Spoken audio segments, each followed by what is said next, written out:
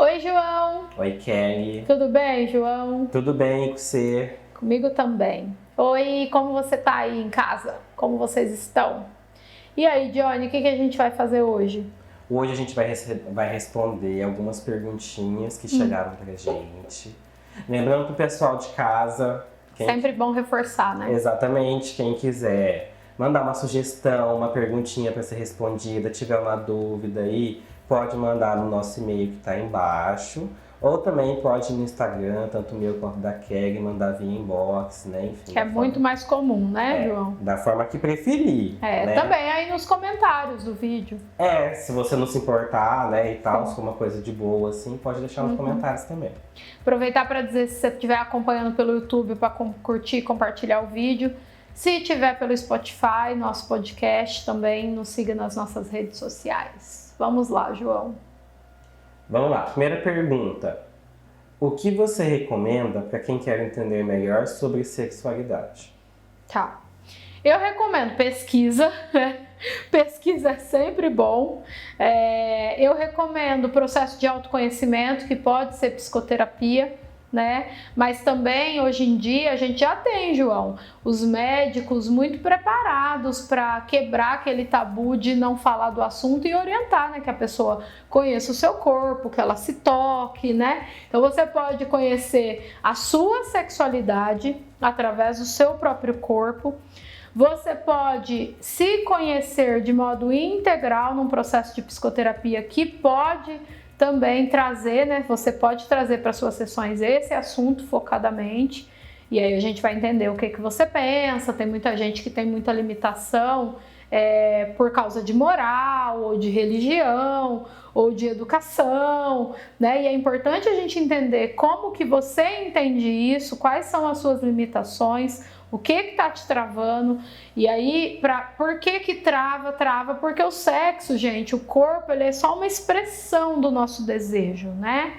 Então eu olho para uma pessoa que eu me atraio e o meu corpo responde. Agora, quando a gente vai se relacionar com aquela pessoa, às vezes a gente não consegue se soltar, sentir prazer, fazer o que tem vontade, fica com vergonha do que vai falar, se tá fazendo certo ou errado, fica com vergonha de dizer o que gosta. Por quê? Por causa das limitações dessas ideias que a gente tem através das nossas experiências da nossa vida. Então, ler muito sobre isso, conversar sobre isso abertamente, parar de achar que é errado falar sobre uma coisa que é natural nossa, que é do nosso organismo, né? E que quando a gente tem uma saúde sexual saudável, ajuda a nossa saúde como um todo, né? Então, eu acho que é muito por aí, João. Você quer dizer alguma coisa, João? Uma coisa muito importante para dizer. Se puder não consumir ou consumir minimamente pornografia. Nós fomos entendendo na área de quem estuda o comportamento que um grande problema, né, das nossas limitações na vida íntima é o excesso de consumo de pornografia. Por quê, Kelly? Não acho errado você gostar de ver uma ou outra pornografia se aquilo te estimula. O problema é que te hiperestimula. E na hora da prática, na vida real, não é do jeito que está lá que acontece, né? Então, às vezes, você acaba não conseguindo ter prazer aqui no real, porque você, na tua cabeça, você tem aquele modelo, né? E aquele modelo, muitas vezes, é inalcançável, porque ele não é verdadeiro. Então, consumir pouco ou não consumir pornografia, as pessoas que eu atendo, João, que menos tem problema na vida íntima, ou elas não consumiram pornografia ao longo da vida, então elas sempre foram construindo a intimidade ali mais em quem está se relacionando mesmo com ela, mesmo apesar dela ter fantasias, né? Porque não é porque eu não vejo pornografia que eu não posso imaginar coisas que eu preciso ir lá para buscar fantasias, não, né? E aquelas, e essas são raras, que os pais falaram sobre o assunto com elas de modo mais aberto, né? Elas têm uma relação melhor com o próprio corpo, com a própria intimidade nesses dois casos, e aí, consequentemente, ela tem uma relação íntima melhor.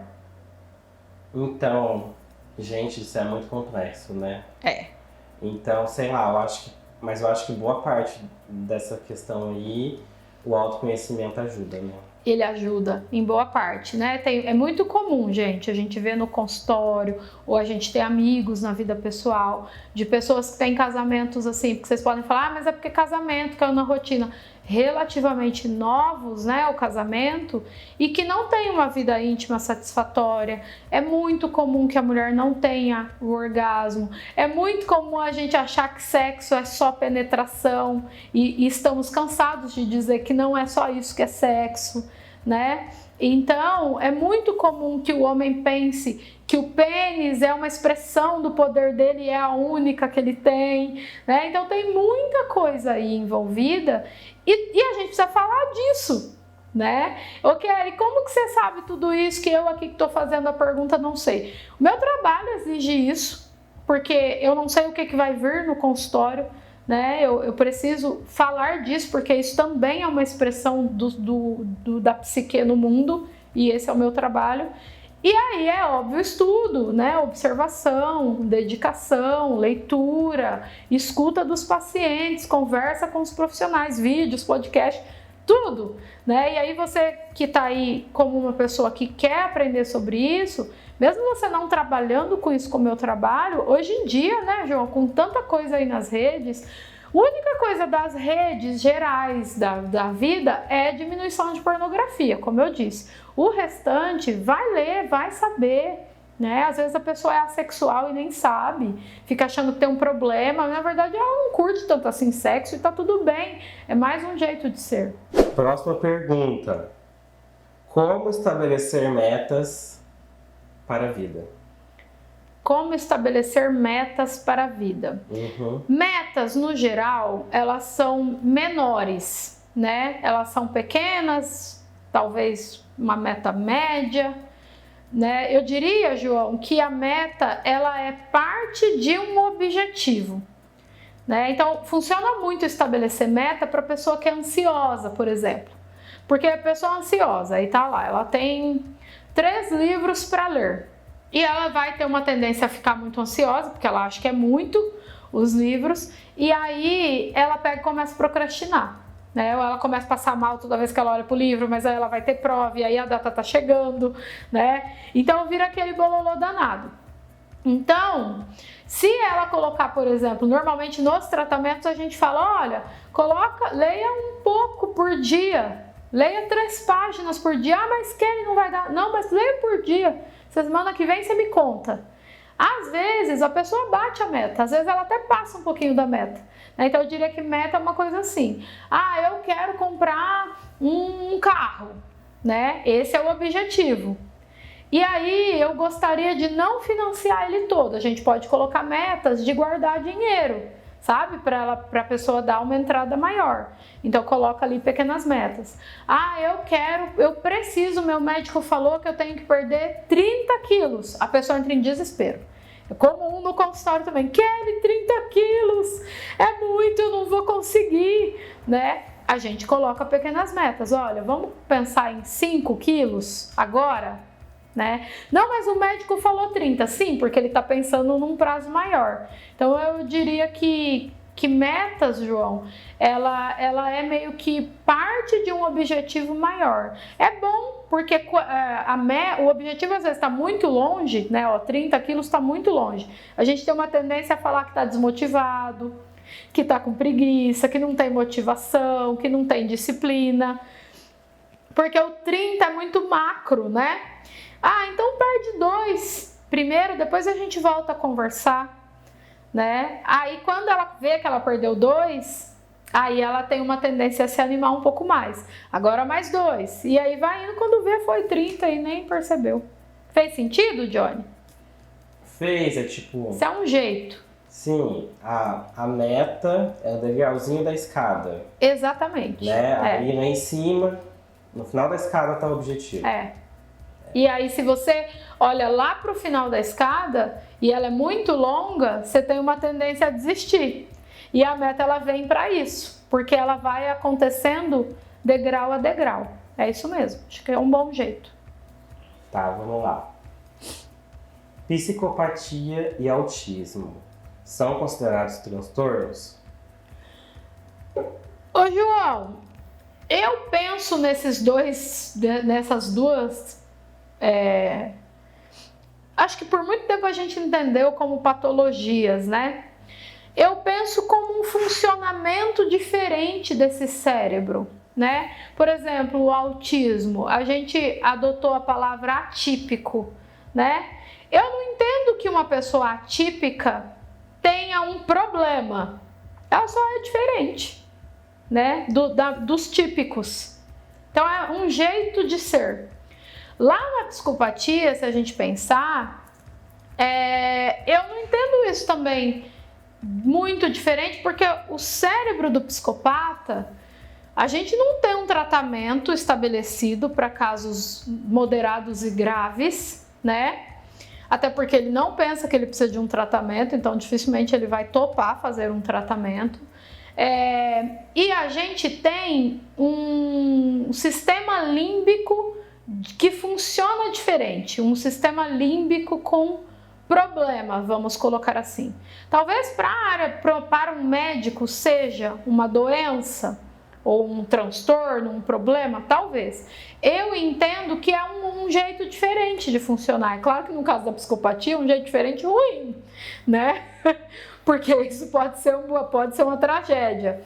Mas é um jeito diferente de funcionar. Ele meio que não tem as emoções, né? Não tem essa parte funcionando. Os transtornos também passam por isso? Passam por isso. Mas os transtornos eles sofrem muito estímulo do ambiente. Eu acho que é isso que difere pra mim, tá, gente? Eu tô colocando aqui muito como eu vejo essas duas coisas. Você tá entendendo o que eu quero dizer, João? Quantas vezes aqui no canal a gente já falou, olha, a depressão, ela tem muito conteúdo genético nela, né? Tem muita herança genética, mas o ambiente pode não permitir que ela se expresse para todo mundo daquela família. Falamos isso aqui incansavelmente, assim como demência, assim como Alzheimer, né? Então eu preciso muito do meio para que isso aconteça. Está entendendo, João? Então, eu entendi depois desses vários anos de canal, né? Uhum. Toda vez que a gente fala de um transtorno depressivo, ansioso, sempre tem uma influência do meio.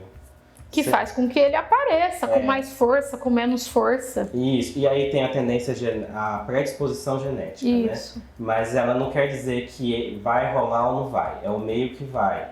O meio, a gente não tem garantia, né? Olha, na minha família, exemplo, todo mundo tem depressão. A Kelly pode expressar, desenvolver uma depressão ou não, né? Para os outros dois casos, eu acho que eu não considero como um transtorno, embora eu já vou falar da influência do meio também, mas eu entendo o meio de modo contrário nesses casos, né? A pessoa nasceu, identificou o autismo e é isso, sabe? Então eu não acho que ela tem um problema. É quase como eu falar, a gente passou anos no nosso DSM com as pessoas LGBTs no DSM, até a gente entender que não tem que estar no DSM, isso não é uma dificuldade, né? Isso não é um transtorno, não é nada, ele é o jeito dele. Eu acho que o autismo também é por aí. Mas aí no autismo, o meio muito bem organizado para a pessoa se desenvolver, né, ela tem uma tendência a melhorar. Né? Ela tem uma tendência a melhorar no sentido de fazer coisas que talvez se ela não tivesse estímulos ela não conseguisse fazer. Então o tratamento ele é importante por isso, para o autismo.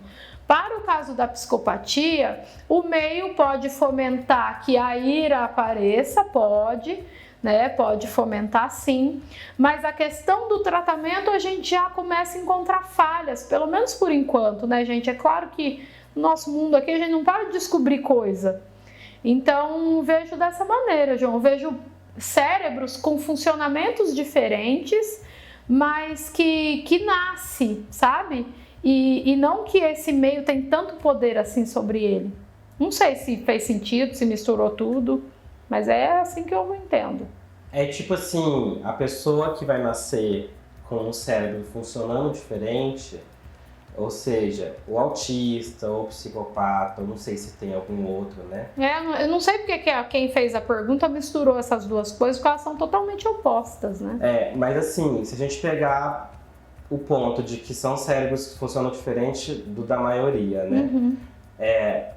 O autismo vai se apresentar de qualquer forma e a psicopatia também vai se apresentar de qualquer forma. É o jeito da pessoa. Enquanto o transtorno que tem uma predisposição genética Talvez não. pode ou não aparecer. É isso. É isso que eu quis dizer mesmo, João. Muito bem. Então tá certo. Não, beleza. Acho que deu pra entender. É isso? É isso. Então tá bom. Um beijo e até a semana que vem. Tchau, João. Tchau, Kelly.